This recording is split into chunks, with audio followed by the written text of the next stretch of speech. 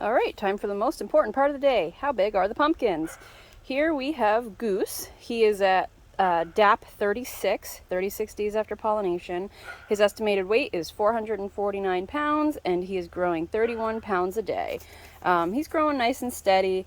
He's not growing as rapidly as I would like him to for the rapid growth phase, but I can't complain about 31 pounds a day. Now, if he were 40 or 50 pounds a day, that would be even cooler, but that's okay. The only concerning part I have is this. It's hard to see with the light, but it's kind of like a depression, not just here, but also kind of here. And it just makes me nervous that the wall is thinner in that area, making it more prone to collapse. There's nothing you can do about it, so you just have to wait and see and hope for the best. And we have our star of the patch, Snoop Gourd. You can actually see our friend Goose in the back there. Snoop Gourd is at 28 DAP, so 28 days after pollination. His estimated weight is 273 pounds, and he's gaining 28 pounds a day. He's 51 pounds bigger than Goose was at this stage of his life, and he's gaining 8 more pounds a day than Goose was at this stage of his life. So I attribute that to the bigger plant. It's hard to see with the greenhouse, but his plant is a lot bigger. It's wider, as well as it has more secondaries behind it. So he's the star, he's doing great, but Goose is doing great as well, and I'm happy with how both of them are doing, and we'll just keep measuring from here. So Dale just helped me set up an irrigation system for our smart pot tomatoes. It stopped raining for a few days and they completely dried out and the tomatoes were dying. So we got this beautiful system set up. There's my awesome helper. But it came at a price. Somebody stepped on the pumpkin by accident. And then I had a meltdown. It was pure accident. Initially what I was going to do, this is a secondary vine, I was going to curl it around to there. Now what I'm probably going to do is probably just terminate it here and then let that secondary vine go around, and then I have another secondary up there that kind of stunted, but maybe that'll pick up and then we'll have it fill up that space. So maybe it's a good thing that we terminate it, because then Snoop Gourd will grow more. So maybe it's a good thing. But he is a good pumpkin daddy, so we appreciate him a lot. So this is the vine that Dale stepped on yesterday, and it actually looks like it might be okay. I mean, it did get crushed, so I get nervous that the tissue that got crushed might not function properly, even though it looks pretty good.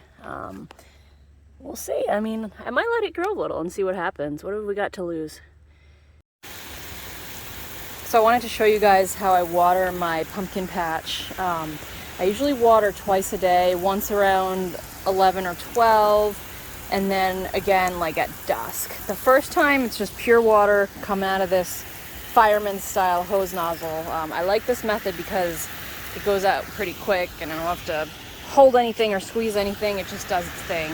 I do it during the day because this soil dries out in the sun and there are roots under this area of the soil. It's decently wet underneath the leaf canopy. That soil doesn't dry out quite as quickly, but I do give it a little bit of a rinsing. As for how much water, I go by how the soil looks. A lot of growers have like a specific amount, like, oh, I water 100 gallons per plant per day. I have no idea how much I water them, but sometimes I'm out here for quite a while.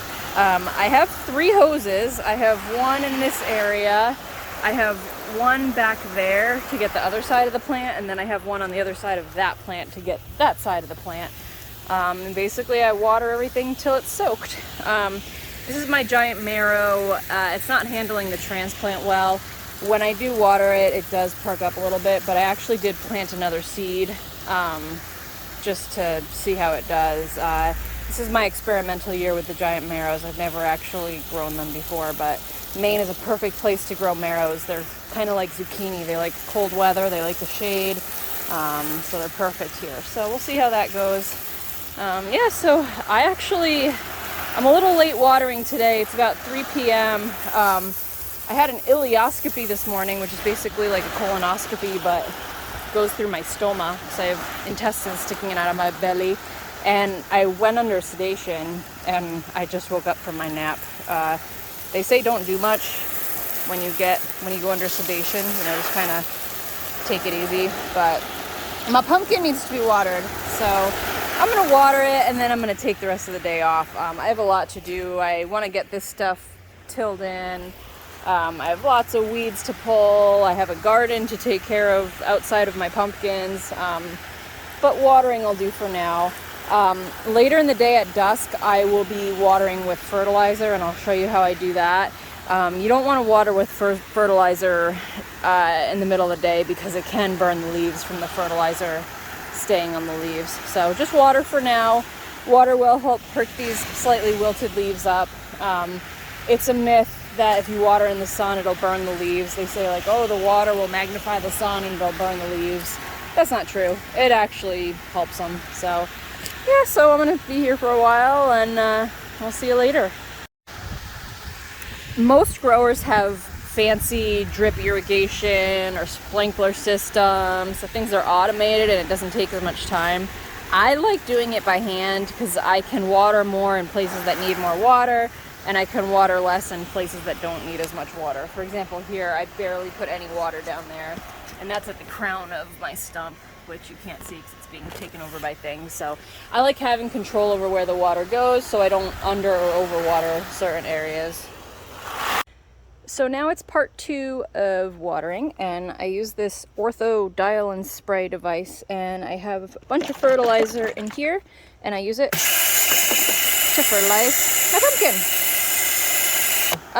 I do this at nighttime. I have a calendar. Every day I have something new that I add to my plants. If it rains, it's not the end of the world if I don't add it. I'll just kind of use my discretion to decide what I want to use and what I don't. My soil is pretty good as it is without fertilizing, but the stuff I'm adding today is kind of, I call it my biology blend. So I have liquid azos, liquid mycorrhizae. Both of these I use in powder form when I bury the vines, and they form symbiotic relationships with the roots. Azos helps convert nitrogen into a usable form for the plant. Mycorrhizae helps extend the root zone with its hyphae, and it also helps convert phosphorus. This stuff's called Mammoth P. This is a new product I started using after my phosphorus levels were low on the tissue test but high in the soil, and theoretically this stuff helps convert locked up phosphorus into a usable phosphorus for the plant. I'm almost out of it, but we'll see how the tissue test goes before I buy more. And then this stuff's called Essential Plus. It has some macronutrients, but you don't use this for the macronutrients. It's got all sorts of stuff. It's got kelp, it's got amino acids, it's got sugars, enzymes, B vitamins, kelp extracts, carbohydrates, and basically this feeds the good guys. So these are the good guys. There's good guys in the soil, and this is food for the good guys. So I'll be spraying all that. After I spray it, I will switch this to the off position so that I'm just spraying the leaves with water. I don't want too much residue on the leaves because the leaves can get old quicker. So unless I'm doing a foliar spray, I try to rinse off the leaves after I spray them with stuff. So yeah, so that's my watering regimen. Look at these leaves, aren't they beautiful?